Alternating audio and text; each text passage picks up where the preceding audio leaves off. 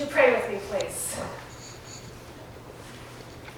Oh God, may the words of my mouth and the meditations of all of our hearts be pleasing and acceptable to you this day, for you truly are our rock and our Redeemer.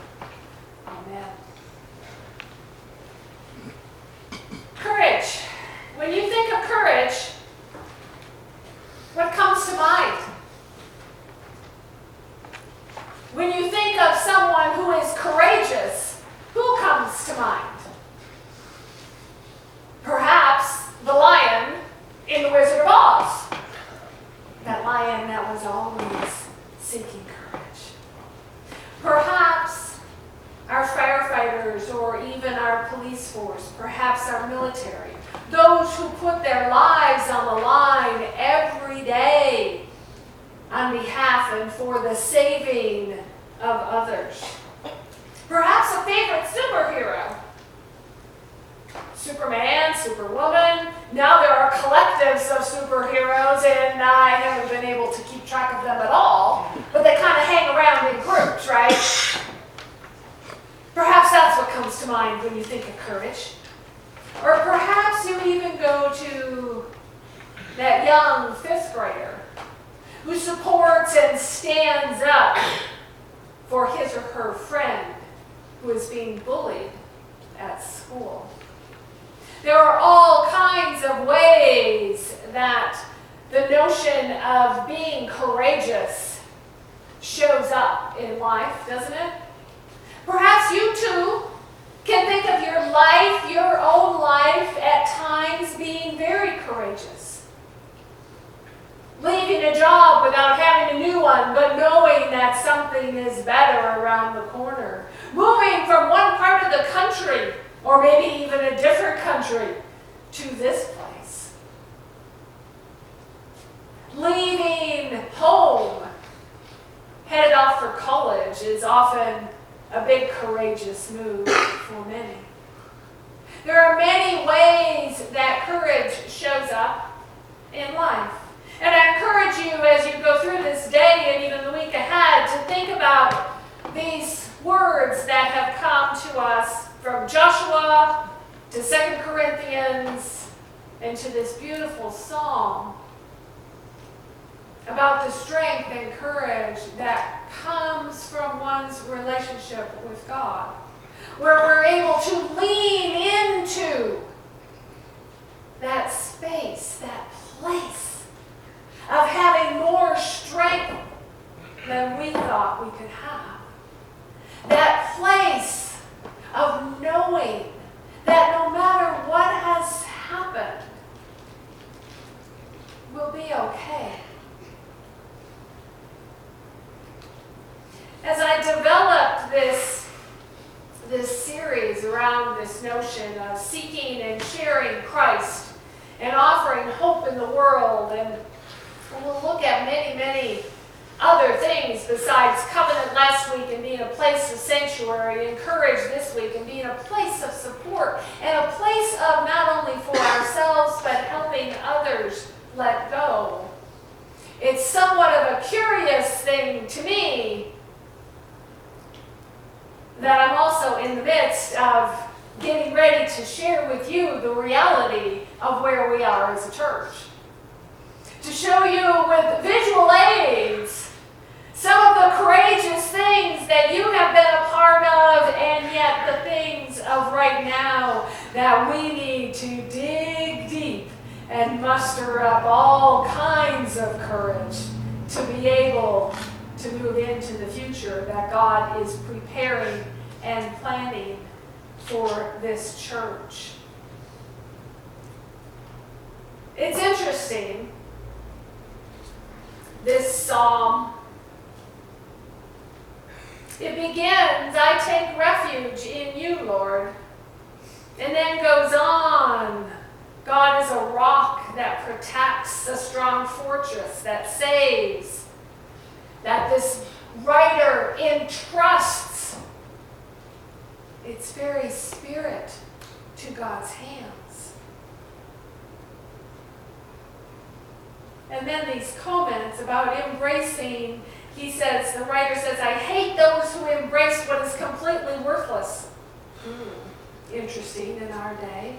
And then goes into his own lament about being depressed and filled with grief and his years and years of being consumed with groaning. And that people run away when he enters the street, feeling like he's forgotten. And oh, but we are in the church. We know that our relationship with one another in this faith-based community can offer such support and love and encouragement for those who are in those places of despair. To have the courage to sit alongside someone who is in the midst of this kind of suffering. This is the church, is it not? Is it not the ways that we share ourselves with another, where people then can reflect and think, oh my gosh,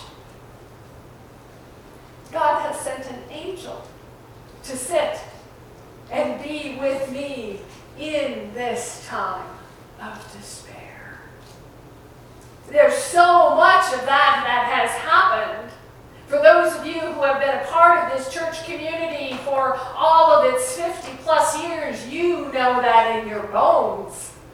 That support and that helpfulness and those places where others have helped you let go of things that you needed to let go of and can stand on your own 2 feet and move forward.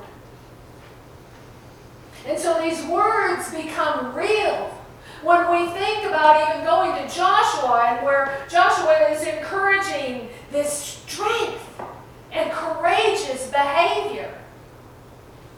Not just old fly-by-night kind of stuff, but strong and meaningful serving in the world. Sharing Christ and seeking Christ is our calling. But the question behind it always is why? And it is for the hope and the healing of the world.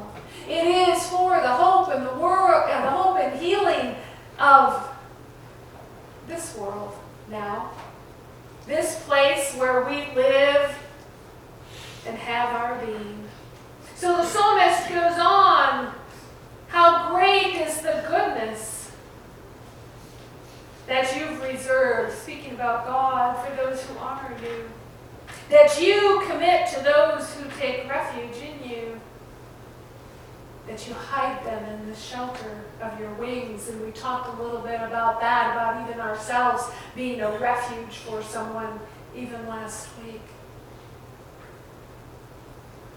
And he ends with this, all you who wait for the Lord, be strong, and let your heart take courage. And so it is for us, in trusting in the Spirit of God now, as we spend these days, this year, envisioning and walking and praying with God, that it might be revealed to us exactly where we're going. And we're stepping out into a place that we really don't know. We don't know what's on the other side, except for that in our faithfulness and having the courage that we're encouraged to have, having the strength that we know we have. We can be assured that we will be given guidance and that we will have clarity as we move through these days. This passage from 2 Corinthians has been a favorite of mine since I was in seminary. The one phrase, my grace is sufficient for you. One of my favorite seminary professors wrote a book by that title. And it was always touching to me because at that time in my life, I really didn't know if that was true. If I could really depend on God's grace enough in my own life to believe that deep down inside of me. I was in my 30s and I questioned everything, and life was really chaotic.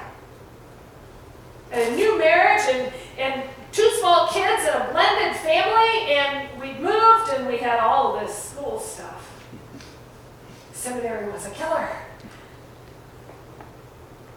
And yet here was Jean Miller Schmidt. The book actually came into print while we were in school. And so she'd been working on it some, and so she would teach from what she was writing. My grace is sufficient for you. Really? Is that true for you? I think, get to that place most days. And what I realize in getting there is that it is believing that God's grace is sufficient for me. That then, collectively, with all of you, we can have the courage and the strength to move with very, very intentional steps into our preferred future with God. Making the choices that are guided by the Spirit. And so it is my hope for you that you will truly dig down into your life of faith and answer the question for yourself about, is God's grace sufficient for you? Do you believe in this courage and strength that doesn't come from your own inside, but comes from your own inside because of who God is? That it's not separated, that it's not meant to be excluded and only used for this part of your life over there, but for everything that you do. One of the important things for us as a congregation is to realize that we're all a part of this.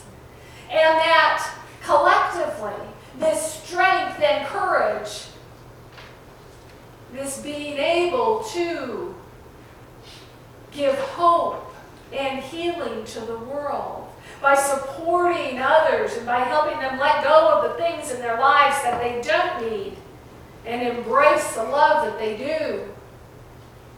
We need to do it together. It was never, ever meant to do alone.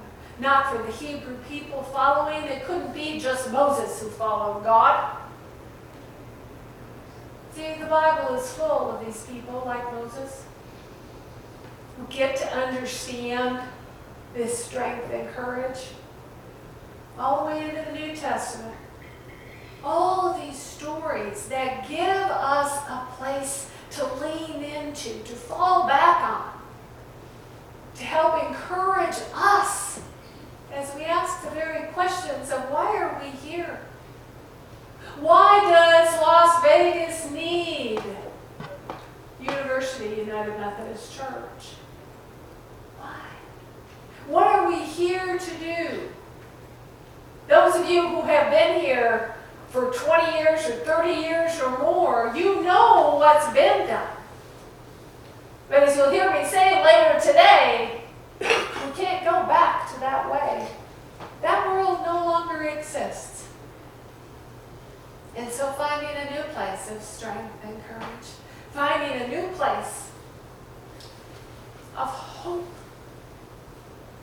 is truly for you to own, to wrestle with, to reckon with, and to believe in. Because as you do, then this understanding of grace, God's grace, being sufficient, becomes very, very real. Joshua, in this text that we read for us, talks about be careful to act in accordance with all of the law, talking about Moses. And we don't have to go to all the laws of Moses, but we need to go to the law of love, the commandment for us to love all, always. So that's the place that we begin from. That passage really ended with verse 8. It goes on in verse 9, again repeating, I hereby command you. Not I highly suggest, and please do this later. I hereby command you, be strong and courageous. Do not be frightened or dismayed, for the Lord your God is with you wherever you go. Thanks be to God that that has been true for this congregation in all of these years. And thanks be to God that as we are faithful, just like this, that will continue to be true as we make the choices and the decisions about who we will be and why we will be a church in the future. And so all of this is before you. All of it. Be strong and courageous. God puts before us this. May we be filled with the hopes and the dreams and the healing that comes. The healing that is ours, piece by piece, moment by moment, as we embrace it all, the support, the letting go, and all that is in between. Be of great courage.